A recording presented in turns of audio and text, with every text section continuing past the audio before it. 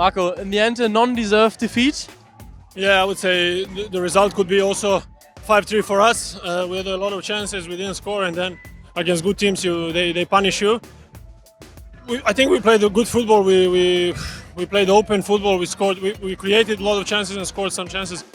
But for sure, if we scored some more goals, opponent would go down with the mentality, and it would help us with the win. You know. What are you taking with you from this game?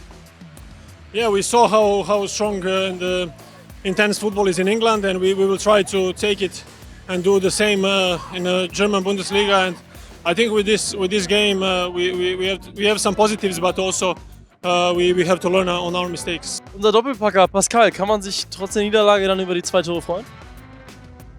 Ja, gab positive und negative Sachen. Zu viel Gegentore natürlich für mich als Stürmer ist gut fürs Selbstvertrauen, wenn man 2 Tore macht.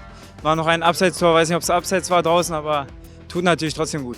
Ante, was nimmst du mit aus dem Spiel? Dass zu einem Spiel Standardsituationen genauso zugehören wie Tore aus dem Spiel heraus. Mich ärgert es nur für die Jungs, dass die aus meiner Sicht einen richtig guten Spiel geliefert hier haben und 5-3 verloren haben. Das ist das Ärgerliche, aber nur weil Gegner 4 runde Bälle, einmal Einwurf, glaube ich, zweimal seitlicher Freistoß und einmal Ecke, kassieren wir so billige Tore und das hat mich schon ein bisschen geärgert, bin ich ehrlich. Also am Ende eine unverdiente Niederlage.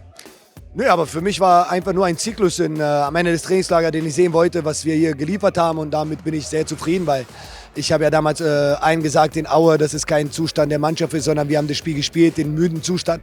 Aber heute konnte man war schon ein ansehnlicher Ball, den wir heute gespielt haben, finde ich.